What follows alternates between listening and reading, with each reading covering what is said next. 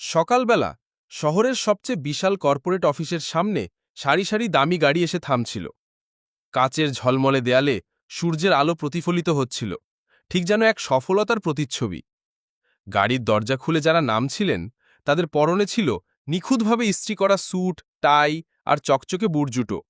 প্রত্যেকের চোখে মুখে ছিল দ্রুত এগিয়ে যাওয়ার এবং সফল হওয়ার তীব্র আকাঙ্ক্ষা, এক ধরনের কর্পোরেট ক্ষুধা যা চারপাশের পরিবেশকে যেন আরও গতিময় করে তুলছিল। সেই তাড়াহুড়োর ভিড়ের মধ্যে এক তরুণ খুব শান্ত পায়ে হেঁটে অফিসের মূল গেটের দিকে এগোচ্ছিল। তার কাঁধে ছিল একটি পুরনো কাপড়ের ব্যাগ, তার পোশাক সামান্য ভাঁজযুক্ত, আর জুতো জোড়া এত পুরনো যে মনে হচ্ছিল অনেক লম্বা পথ হেঁটে এসেছে।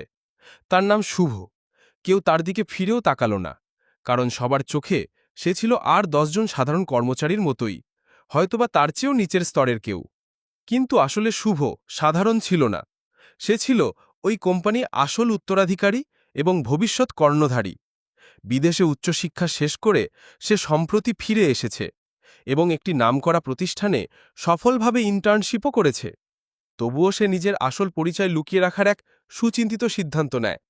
তার মনে হয়েছিল, যদি তাকেই একদিন এই সুবিশাল সাম্রাজ্যের দায়িত্ব নিতে হয়, তবে সবার আগে তার জানা দরকার তার দলটা আসলে কেমন।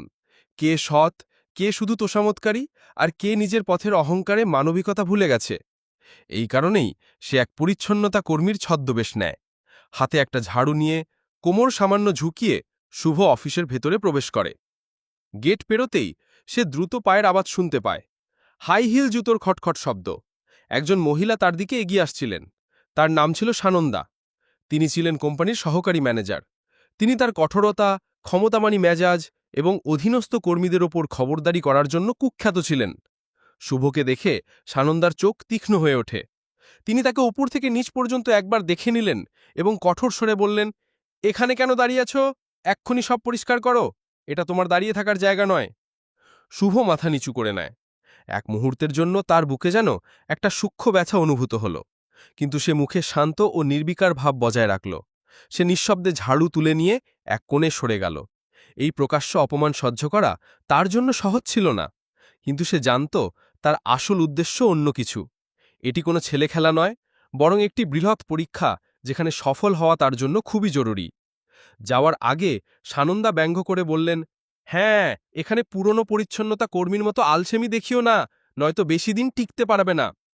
তার কথা শুনে আশেপাশে থাকা কিছু কর্মচারী মুচকি হাসে। কেউ চাপা হাসি হাসে, আর কেউ নিজের ফাইল নিয়ে মুখ লুকানোর ভান করে চলে যায়।